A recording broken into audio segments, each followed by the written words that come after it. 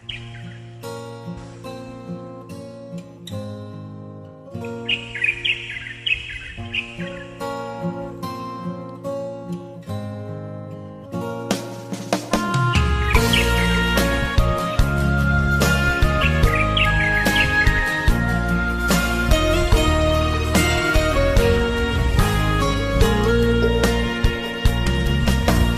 hằng tô ly theo lũ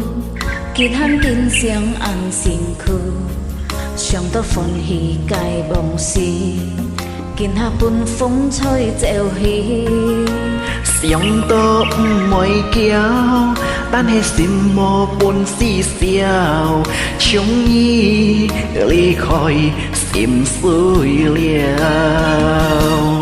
tạo mày nghĩ tuy ngay bên xin ly khơi ngay ni bồi ăn sạt xin hết chân shit tuy ngay một cam chín ngay bồi dàn dàn ly khơi ni treo theo hoài cốt hiện biển ngay dạo mây phan trái xiang nhì sim ly chi tàu ăn thùng sim ngay dịch sim loi mong kỳ nhi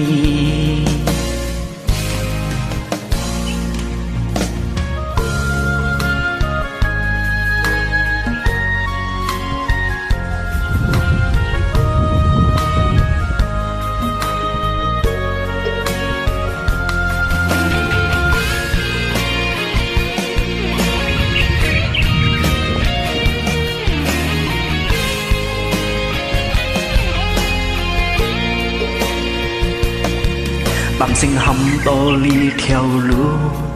kiến hắn xiong sinh ăn xin khu xiong tô phận hì cài bóng xì kiến hạ bún phúng chơi dẻo hì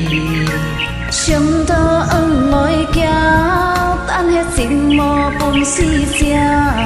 chúng nhi ly khơi xin suối liao tao mai nhi tuy ngay biển sim ly khơi ngày nhi bởi ăn sạt sim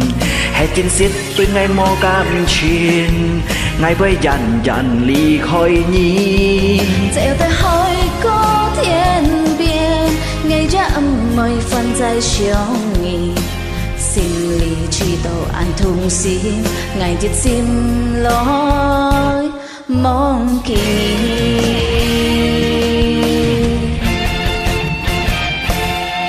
tao mai nhi tuy ngay mò biển sim ly khơi ngày nhi bởi ăn sạt sim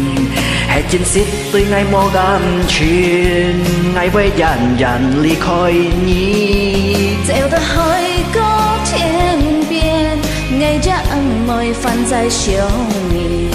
xin ly chi tàu ăn thùng xin ngày tiết sim lối